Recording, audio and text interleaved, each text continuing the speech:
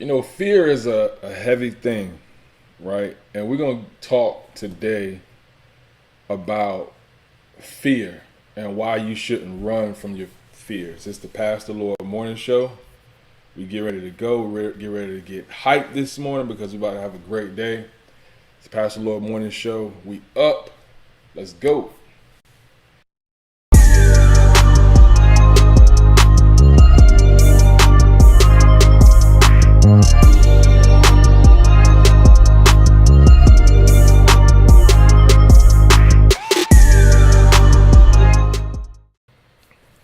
Good morning, good morning. It's a great day. A little rainy outside, but it shouldn't affect too much of what we got going on the inside, we always say. So we thank God for that. We thank God for all of you today, whether you joining us from Facebook or YouTube. And we go on part 2 of this Don't Run series, which I didn't know would be a series. I had a feeling when we worked on it last time, but just let me know how you guys are doing in the chat. Always good to see that everybody's doing okay. If you're not doing okay, it's good for you to be able to listen and share words to try to get your mind off of whatever you're going through. If you need prayer, then you guys know that you can always inbox me and let me know.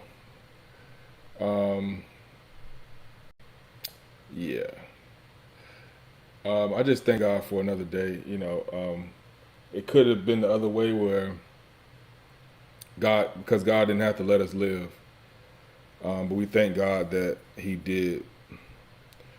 It looks like my battery might go dead here, so I just charged it, but give me a second while you guys come in to be able to change this camera out.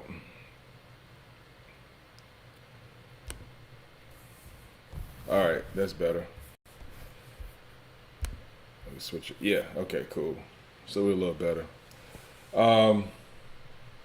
But yeah, so we are excited about what we're talking about today. Understanding that fear, it's an amazing power. And if we're not careful, then we will let fear run our lives. Now here's where I'm talking about. Here's where it comes into play. Because a lot of times we question our own ability. And we question whether we're able to do some of the things that God has called us to do, right? Even in your own personal daily walk, sometimes we are not comfortable in our ability. But I want to say to you this morning that God knows you completely. He knows your downfalls. He knows where you come up short. He knows your strengths. He knows your weaknesses. And even after knowing all of that, He still loves you.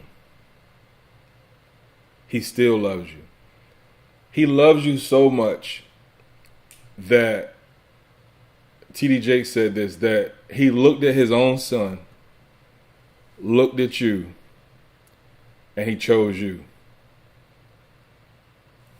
He looked at His son, He looked at you, and He chose you. And He sent His son to die in your place. That's love. And when you really grasp that, you start to realize that you don't have a reason to fear. That we can be literally paralyzed by things that have not even happened yet, our fears. Now, let me go ahead and say this, because I hear a lot of people talking about fear. And I used to say, I don't know why they keep talking about all this fear. I really don't have any fears like that, That's what I would say. But lately, God has started to reveal some things in me that I didn't even know were an issue. He started to reveal some things in me that I did not know I had a problem with, right? And it's good. It's good because it allowed me to be able to understand why I react the way I react in certain situations. Right? I think a lot of it goes back to how we were raised. I think it goes back to what our experiences are. I think it goes back to any kind of traumas that we may have experienced. And we kind of shape our lives based off those traumas. We shape our lives based on what it is that we've been through. And we say, well, I'm scared of this, I'm scared of that, and so I'm not going to go in that direction. But I want to let you know this morning that running from your fears is not a good thing. Facing your fears is always going to be the best thing. Why? Because if your fear is over here and another option is this way, if the path of where you're supposed to go is right past your fears versus the path and where you don't supposed to go, you know, you're going to end up in the wrong spot, but at least you avoided your fears, right? I'm telling you that sometimes you can't get to where you're going if you don't face those fears. And the reason why I say that, because, and here it is. I'm not saying that, oh, you scared of dogs, so, you need to go jump in a pen with dogs. I'm not saying that. I'm talking about more so the internal fear within you. So a lot of us are scared that we're going to be exposed, scared that we're going to be put out there, scared that somebody may reject us, scared that we may lose all of our money. All these type of fears that we run into. I'm not talking about those things. I'm scared of heights. Let's get that out of the way. I'm talking about these fears that come into your life and shape the direction you go in, shape the decisions you make from day to day. So let's say you have a fear of being rejected. Now all of a sudden, you have either two responses to that, either a fight or flight. Fight or flight. Either you are running away from being rejected, or you are getting defensive with people over the fear that you might be rejected. So you stand up in front of a crowd and you notice that somebody may not be shaking their head in agreement, and all of a sudden now you have this fear.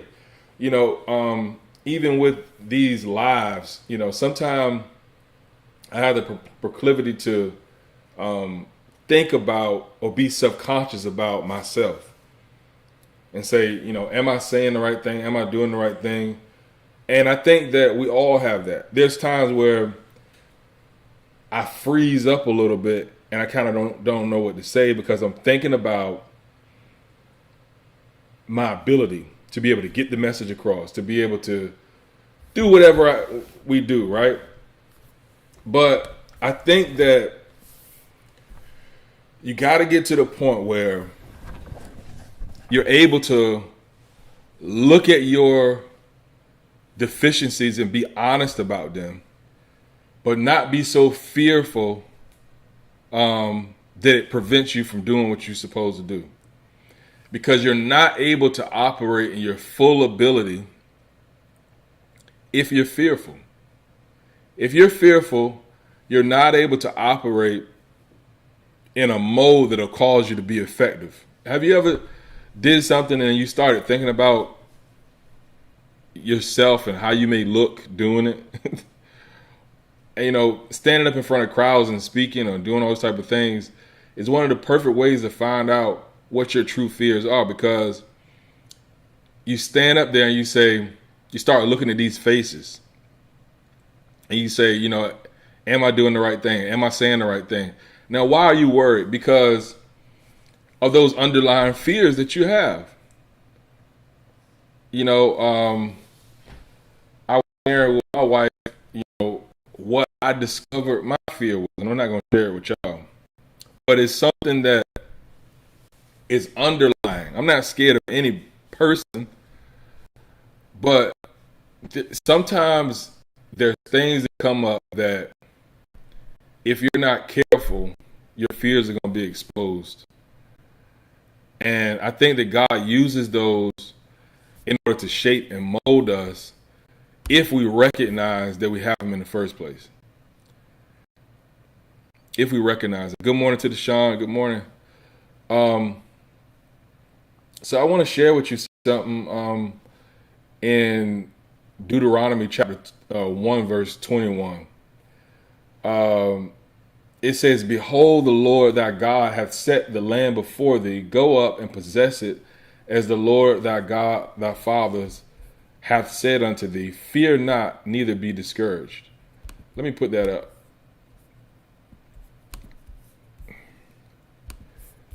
Let me put that up.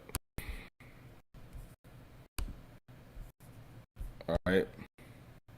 So he says, "Behold, the Lord thy God hath set the land before thee.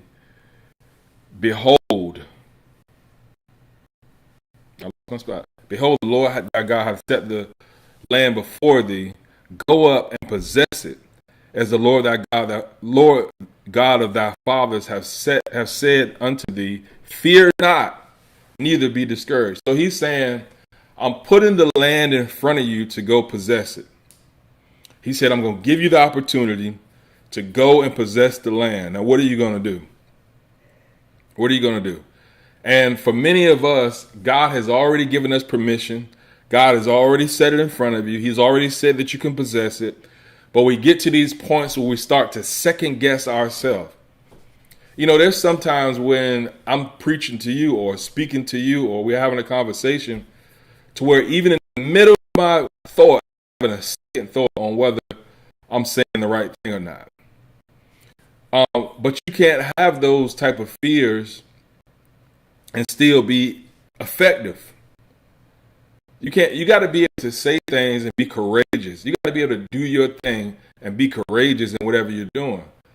I don't know what your particular gift is, but God has given you that gift, and He's comfortable with you exercising that gift without you having to get permission from people to exercise it. I don't have to get, and I think one of the things that I struggle with, I don't want to say anything that's wrong to you guys. So I sit there and I say, well, let me think about this. And I think that's a good thing. I think that's a good thing, right? But when you have a gift for being able to explain concepts, you can't worry about what people are thinking because it wasn't given to you. That gift wasn't given to you. So whatever gift that you may have, you got to be able to operate in that gift and not worry about what other people are going to say. He said, I want you to go and I want you to possess it. Now, I want you to think about, as we talk about this, what does God ask you to possess? And by the way, we don't have a question of the day today. But y'all can go ahead and get me your questions so that we can, even if it's a question from somebody else, and somebody else asking you something or asking something that you may not have been able to answer, or you were able to answer, and you want to see how the show responds to that. But anyway, but he said, go up and possess it. So it could be a career. It could be a degree. It could be finding that person who appreciates you and loves you. If he's promised it to you, he said, go up and possess it. Right? Don't go get permission. Don't go get permission because he's already given it to you. Now, that word possess is actually an interesting word because it means that you literally have to go not only possess it, but dispossess current occupants. Dispossess current occupants. So if something is in that spot where God has told me to go possess, I now have to take out whatever's in my place, whatever's in the place where I'm supposed to be, I got to remove it.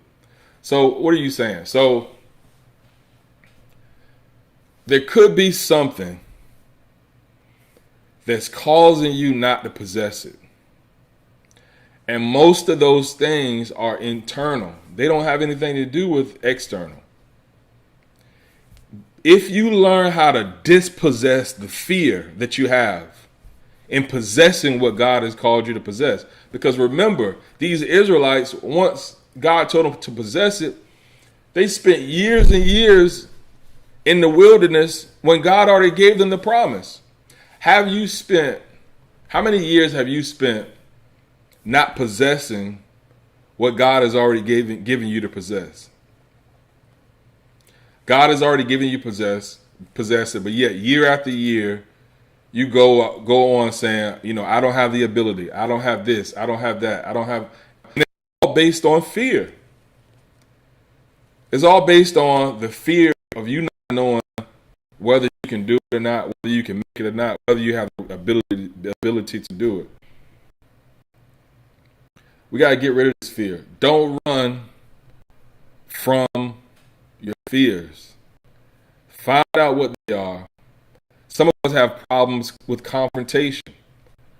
We don't want to confront nobody.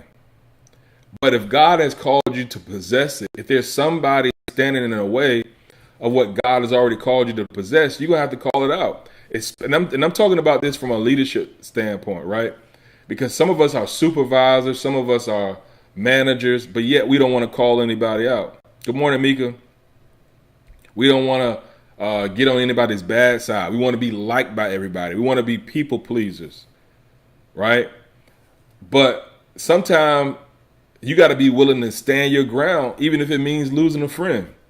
And if that person can't receive correction, then they probably weren't your friend in the first place, right? So if God calls you to possess it, you can't be nice. Whatever is standing in my way of getting that which God has called me to go get, I got to dispossess that. I got to displace that. Now, I'm not telling you, God told me her husband is mine, and now you can try to go displace her. No, I'm not saying that. You need to be understanding what the real will of God is for your life. Let's not misplace what I'm saying, okay? But there are things and people who we have allowed to be able to stand in our way because we keep trying to be nice. And some of y'all, that's not your problem. So if that's not your problem, you'll tell somebody where to go real quick. But I'm not talking about you. I'm talking about those of us who sometimes come across a little too nice. And you know what God has called you to do, but yet you beating around the bush. He's called you to possess it, and yet you running. Don't run. He said, as the Lord thy God of thy fathers has said. Now he brought that up, the Lord the God of thy fathers, because I brought your father through. I brought your mother through. I brought your grandmother through. I've got a track record of being there for you and being able to show that I've been faithful over the years. He says, that same God who brought your people through, he said, fear not, neither be discouraged. So go possess it. What's the next part of that? He says,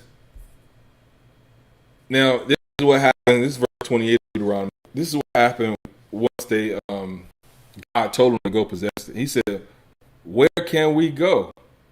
Our brothers have made our hearts melt in fear.